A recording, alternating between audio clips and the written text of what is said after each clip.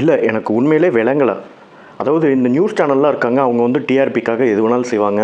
ஒரு செலிபிரிட்டி இறந்து போயிட்டாங்கன்னா, அங்க கூட வந்து மனசாட்சி இல்லாம வந்து கவரேஜ் பண்ணி, என்னென்ன செலிபிரிட்டி வந்து அட்டெண்ட் பண்ணாங்க, யாரெல்லாம் வந்து அழுதாங்கன்ற அளவுக்கு வந்து டிஆர்பி ரேட்டிங்க்கு பின்னாடி நாய் மாரி அலையிற ஒரு மீடியா சேனல்ஸ் உள்ள நம்ம தமிழ்நாட்டுல இப்ப யூடியூப் சேனல்ஸும் வந்து மனசாட்சி இல்லாம சில வேலைகள்லாம் பண்றாங்க அப்படின்னு நினைக்கும்போது, ரொம்ப ரொம்ப கஷ்டமா இருக்குங்க. நான் எந்த விஷயத்த பத்தி பேச போறேன்னு கேட்டீங்கன்னா, ஆக்சுவலி வந்து பார்த்தீங்கன்னா, நம்ம டெக் சூப்பர் ஸ்டார் சுதர்ஷன் அவர்கள் ஏற்கனவே அவர் மேல வந்து நெறைய பிரச்சனைகள்லாம் வந்துச்சு. அவர் டெக் பாஸை விட்டு வந்துட்டதுக்கப்புறம் அவருக்கும் அந்த டெக் பாஸ் டீமுக்கும் வந்து பயங்கரமாக வந்து சண்டை நடந்துட்டு இருந்தது. அதில் வந்து நிறைய பேர் பூந்து வந்து இவருக்கு நான் சப்போர்ட் பண்ணுறேன், அவருக்கு நான் சப்போர்ட் பண்ணுறேன் அப்படின்னு சொல்லிட்டு நம்மளே வந்து நிறைய வீடியோலாம் போட்டிருக்கேன். 2-3 பேர் வந்து வெறும் குறை தான் வந்து சொல்கிறாங்க அப்படின்ட்டு. இப்போ என்ன இருக்குன்னு பார்த்தீங்கன்னா, இப்போ வந்து அவங்க ஒய்ஃப் இருக்காங்க இல்லையா, அந்த சுதர்ஷனோட ஒய்ஃப் வந்து இந்த டவுரி கேஸ் வந்து போட்டிருக்காங்க. யார் மேலே? சுதர்ஷன் மேலே. இது வந்து ஆக்சுவலி ஒரு பர்சனல் இஷ்யூ. சுதர்ஷனை பொறுத்த வரைக்கும் இதுக்கும் டெக் சூப்பர் ஸ்டாருக்கும் சம்மந்தமே கிடையாது. சுதர்ஷன்ற ஒரு இண்டிவிஜுவல் வீட்டில் நடந்த ஒரு டொமஸ்டிக் கேஸ் அது. அதை வச்சுக்கிட்டு சில பல யூடியூப் சேனல்லாம் என்ன பொழப்பு நடத்துகிறாங்க பார்த்தீங்களா? உண்மையிலே ரொம்ப கஷ்டமாக இருக்குது. நம்மளுக்கு பேச வேண்டியதுக்கு 1008 இஷ்யூ இருக்குங்க.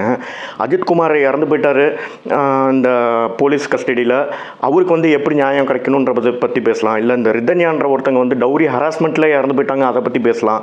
அதெல்லாம் விட்டுட்டு ஆஹா மாட்டினாண்டா நம்ம டெக்கு சூப்பர் ஸ்டாரு அப்படின்னு சொல்லிட்டு அவரோட பர்சனல் லைஃப்பில் நடக்கிறத எடுத்துகிட்டு வந்துட்டு பயங்கரமாக வந்து ப்ரொஜெக்ட் பண்ணுறதுல என்ன ஒரு பெரிய வியூஸ் கிடச்சிரும்ன்றது எனக்கு தெரியல. அதாவது என்ன மாதிரி குட்டி சேனலு, வளர்ந்து வர சேனலு, இல்லை அட்டென்ஷன் சீக் பண்ணுறதுக்காக வந்து போடுற சேனல் இருந்தால் கூட வந்து பரவாயில்லைங்க.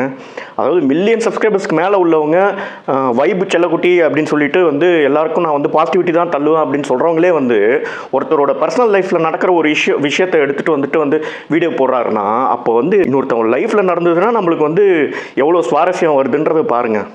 அவங்க ஆக்சுவலி வியூஸ்க்காக பண்ணுறாங்கன்னாலும் கூட ஓகேங்களாங்க. அவங்களாம் வந்து எஸ்டாப்ளிஷ்டு யூடியூபர்ஸு.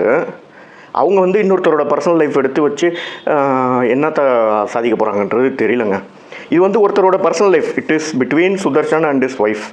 அதை வந்து கோர்ட்டு பார்த்துக்கும். அதை வந்து அவங்க ஃபேமிலி பார்த்துப்பாங்க. இதை வந்து பெரிய ஸ்டோரியாக வந்து நியூஸ் சேனல் தான் அசிங்கம் பண்ணுறாங்க பார்த்தா, யூடியூப் சேனல்ஸும் வந்து இதெல்லாம் பேசலாமா? இதெல்லாம் வந்து ரொம்ப தப்புங்க.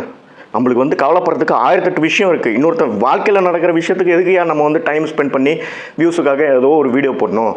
நான் சொல்கிறது நியாயமாக இருந்ததுன்னா தயவு செஞ்சு யோசித்து பார்த்து நம்மளுக்கும் வந்து சப்போர்ட் பண்ணுங்கள். சில விஷயம் வந்து நம்ம கிளியராக இருக்கணும். நான் வந்து கிளியராக இருக்கேங்க. தேங்க்யூ.